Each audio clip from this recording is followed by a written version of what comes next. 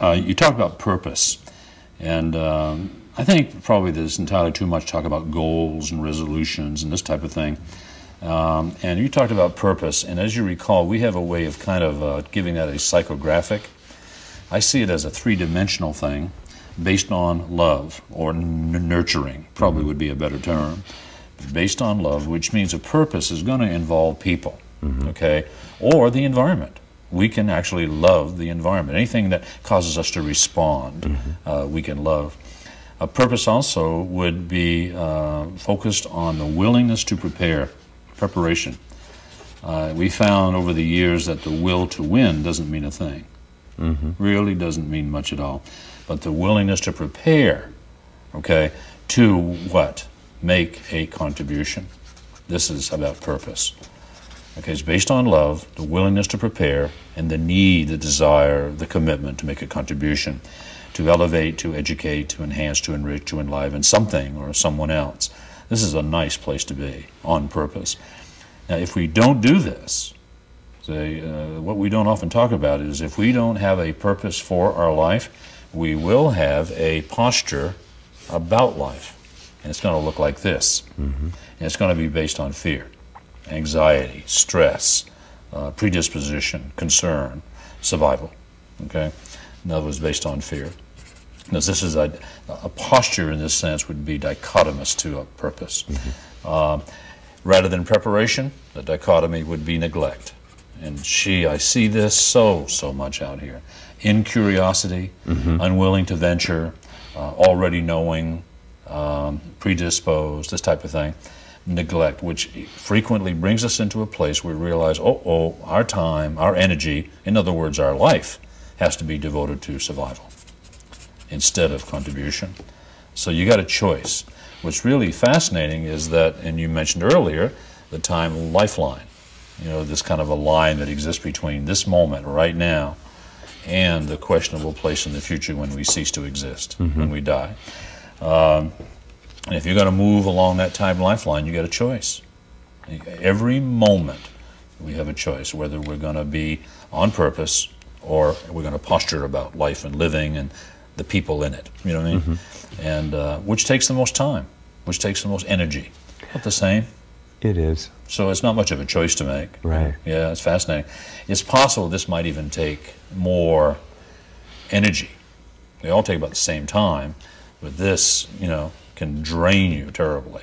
I've seen it in corporate world, in personal life. People who live by posture, live by the illusion of being whole, of being committed to life and to others. That illusion, it rings untrue, it rings unfull, and yet in developing, having the sense of, well, almost courage, if you will, to prepare a life's purpose was such a crucial turn for me, in that if I know that I'm not about to die, I can be again willing to make a difference, to approach life with a loving format, making a contribution, and to prepare means that I can stumble. I can be willing and forgiving of the bumblings and the efforts, the uncertainties that's involved. I often call it like a jar of pickles. A willingness to be transparent. You can see what's inside here, because my life will show you who I am as a person. In every single act, in every written or spoken term or time together, the same thing will come out when I'm functioning on purpose. If I'm living by posture, it's an emptiness and the illusion. It's almost like, if you remember the children's story, Alice in the Looking Glass, Alice in Wonderland.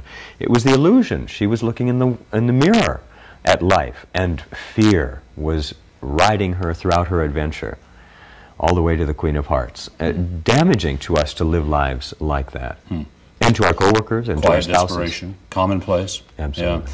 This is why this material finds its way, and when it does find its way, into families and even churches. I mean, it's just amazing how it seems to somehow elevate, inspire, and really, really make a difference. Offers an opportunity, if you will, for the person in the front line, for the people who are trying to make a household, for people who are trying to make a community contribution, and the executives who, sadly, make all too many decisions about what educational enrichment comes to people in the front line, and they say yes or no for people who really need to be saying yes or no for themselves. Yes, yes. And exposed to viable information, tools that will allow their lives to move forward instead of remain stuck and empty. Mm-hmm.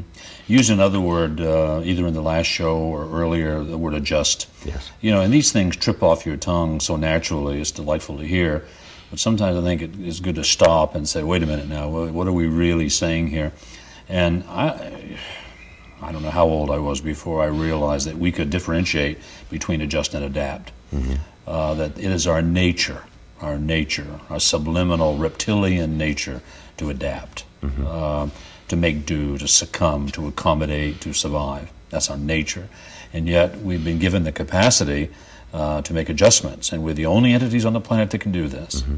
You know, a puppy becomes a dog, and a kitty becomes a cat, and an acorn becomes a oak. But there is no limitation to you and I, and to every single person that's viewing. The willingness to purposely, predeterminedly, intellectually, cognitively, and on purpose, okay, mm-hmm. make adjustments. Those are slight little practices that we do in order to be a little bit better and better in some particular characteristic or facet mm-hmm. of our life. That once habituated, mm-hmm. okay, then this other part of our survival mind adapts to. Mm-hmm. Gee, what good news that is. If people only understood that the subconscious mind is readily adaptable to any adjustment that we purposely make. Exactly. Purposely make. Mm-hmm. When I say purposefully, I include the word purpose. And gee, just that in itself can make a dramatic difference in a moment. Mm-hmm. Therefore, if we stack those, well, all of a sudden we got a minute, and we got an hour, mm-hmm. and then we got a day, you know. That flies in the face now of living one day at a time. That's too big a chunk. It is. That might have been appropriate some time ago when you have a peaceful flock of sheep being watched over by a shepherd with no, you know, wolf in sight, you know. But now it's too complex. And so we have to kind of compartmentalize that into little short increments. You had an interesting discussion earlier this evening with a delightful young woman about how do you capture your feelings and identify them in the moment. I think that was a good conversation because it's very important that if you can kind of get there and examine how you feel, you always feel pretty good. But if you venture out and bring your future or your past into the moment, it can be really stressful. My company needs me to be in this moment. Exactly. They need me to be there for the customer, not living my own agenda of things outside of work, and being willing to be there to make sure that every single morsel of time mm-hmm. that is afforded me to be with the customers, to open my store door, even though it's a headset with a little microphone, mm-hmm. to open that store door, allowing those customers to flock in, one after the other, mm-hmm. not setting up a series of excuses to stay away from them, not honoring the old myth that I was told as a young lad in North Dakota, don't talk to strangers. Mm-hmm. By my neighbors, my grandfather, my mother, my father says, please talk to strangers. Oh, good, yeah. And so as a youngster, I had these mixed messages mm-hmm. that I knew who was more successful. I knew that my parents and my grandfather were far more insightful than the neighbors, and so adopted it. Tremendously a good preparation for doing just this, the preparation of a purpose mm-hmm. that is contributive, all based upon love. And the alternative is a hollow life. Mm-hmm. Yeah. I think it's a pretty obvious choice. And I do find, too, that most of the people that I work with seek that out in myself and others of my co-workers that have adopted these behaviors that you coach, Bern, in that they are thirsty for something that's purposeful, something that they can believe in, not as a leap of faith, so to speak, but they know you can count on it. Mm-hmm. And being there with the customer, attending to their true needs, and your coworkers, because they're another customer, your supervisor, another customer, being there for all of those types of customers is a powerful event in a person's professional life. And then counter to that, at home, or building a home, with your pets. We know that there's a bundle of things in people's lives, in the lives of our pets. They're not prepared. They're not well prepared to conduct a life. Many of them haven't seen or known this, and ought to. They need to make some functional decisions to craft a purpose and then behave with that, making the habits usable as they practice those habits so that our own primitive mind can grab that habit that is constructive, contributive, purposeful, and keep it going, just like cruise control. Mm-hmm. I think a good point, too, to make that this is not philosophy or psychology. It's praxeology, that it always works. I mean, if someone will get attentive and tune in regularly, assimilate and absorb, practice and integrate this material, it has to make a difference in that moment-to-moment transition. I know you mentioned earlier that people at work, sometimes when they see the calmness that prevails and the way you can go from one task to another and maintain your balance, and say, how do you do that? I mean, I know you hear that, don't you? Yes, it's been fun. And they're looking for some bit of cheerleading that will just automatically fragrance them, like a perfume, a spritz as you walk into Macy's. You know, oh, now I'm set for the day.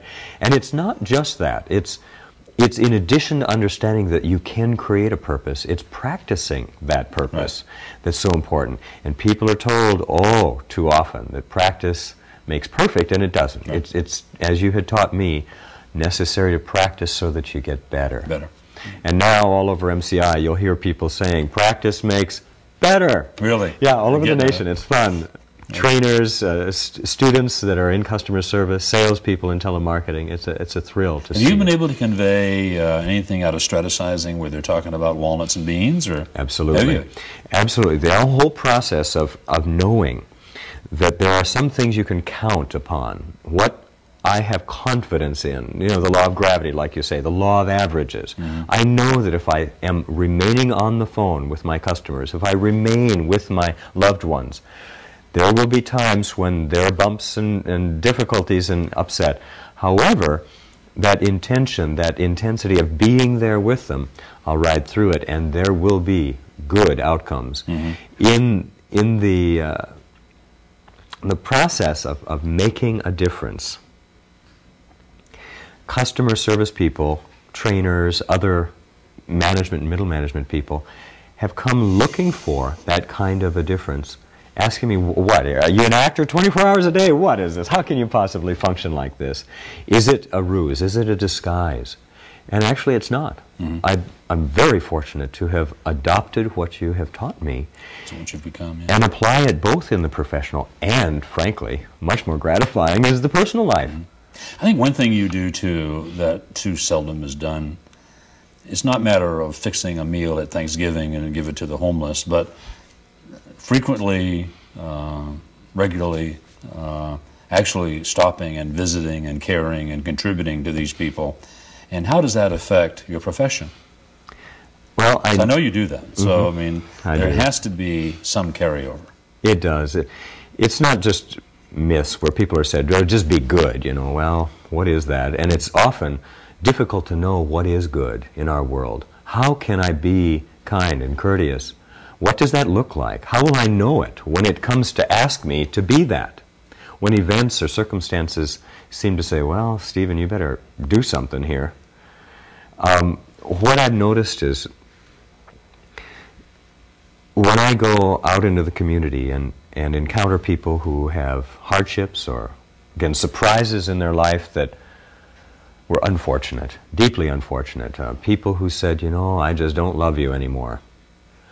Major cratering to their lives and careers occurs. Deaths, sicknesses, ailments that they themselves experience that diminish their capability to function as they had always thought they could and would.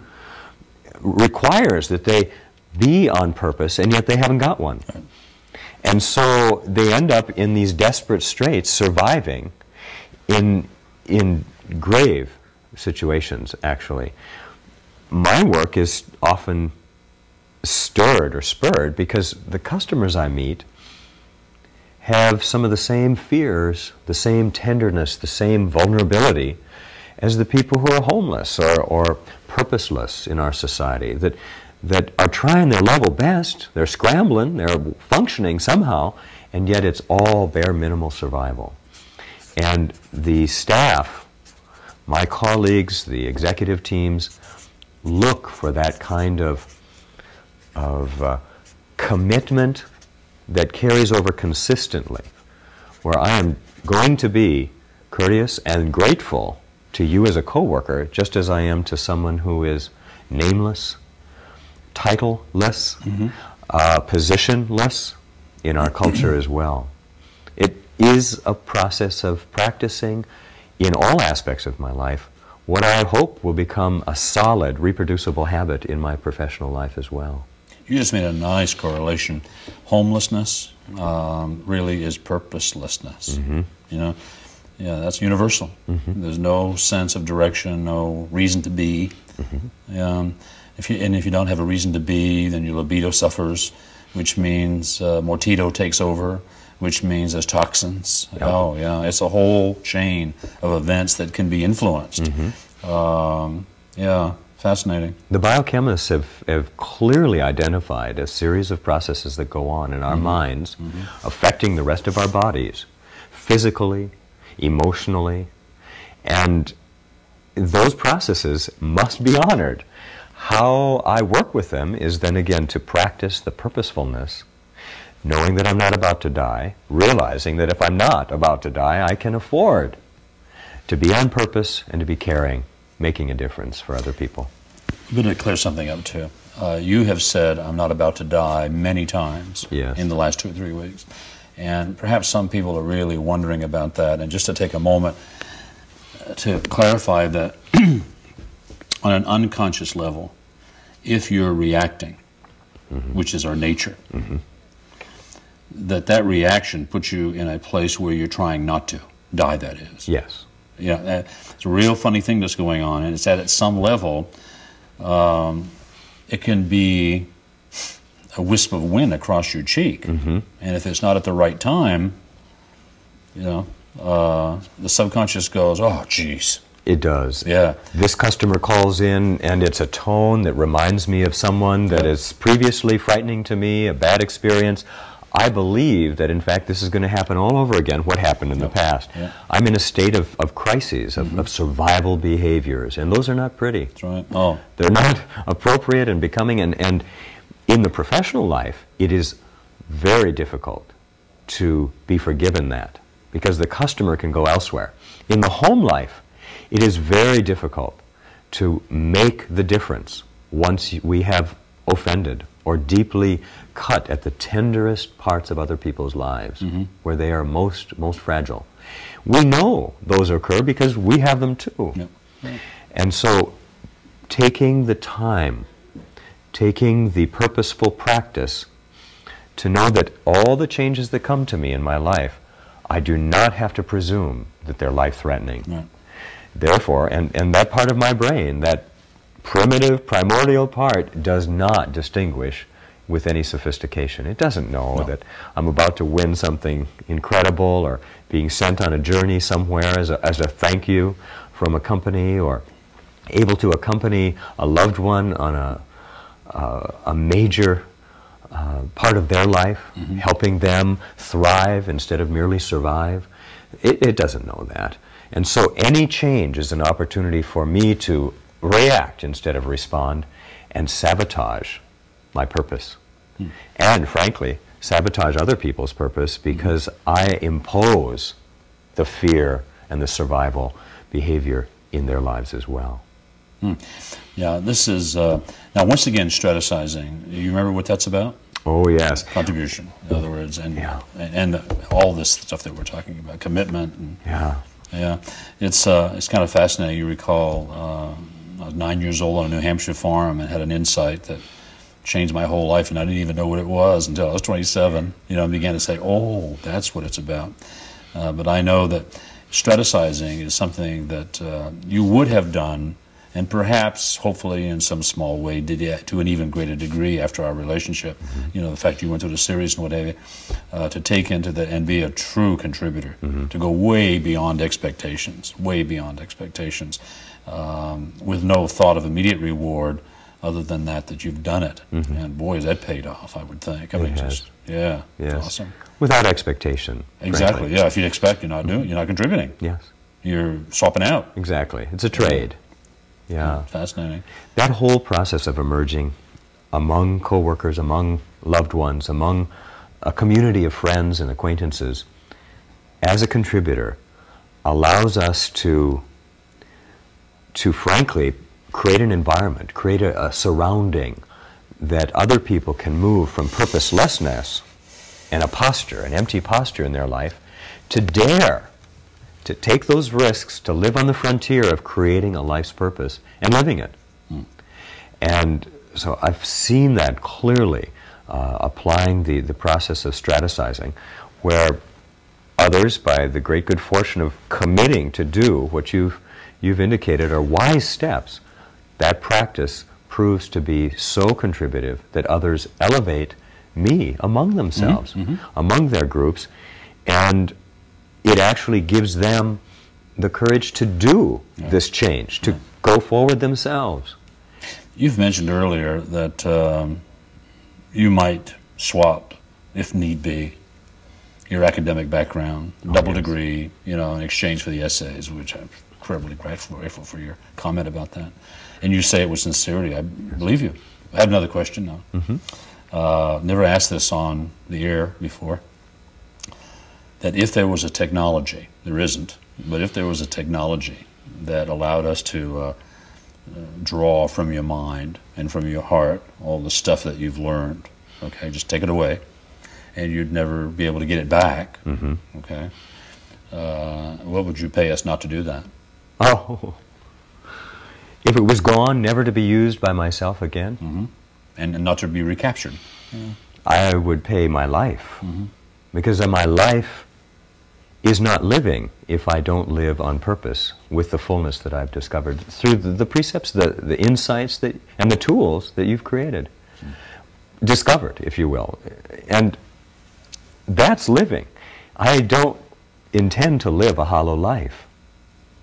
I intend to explore, examine, discover, challenge, myself included, in order to find what is of benefit to us, to fill the gaps, the chasms, to bridge those places that are frightening, terrifying to other people's lives and my own, in order to live fulfilled lives, to make a difference. You're not in a position to benefit from this in any way, but what would you say a person should give up, do, be, whatever, in order to glean this information?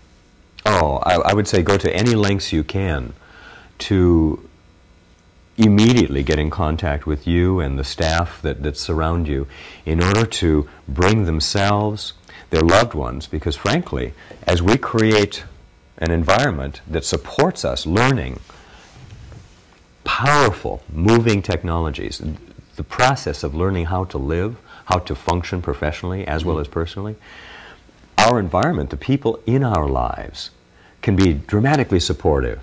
And so bring them too, so that they have a chance to say, I can be part of this. I can be part that's truly pivotal in making sure that practice occurs. This is pretty candid, but I had two people, they were about 3 months apart this past year, who called after seeing Life Formula, for example, or the trilogy, Life Formula, Command, Commission, and Bottlenecks. Sure.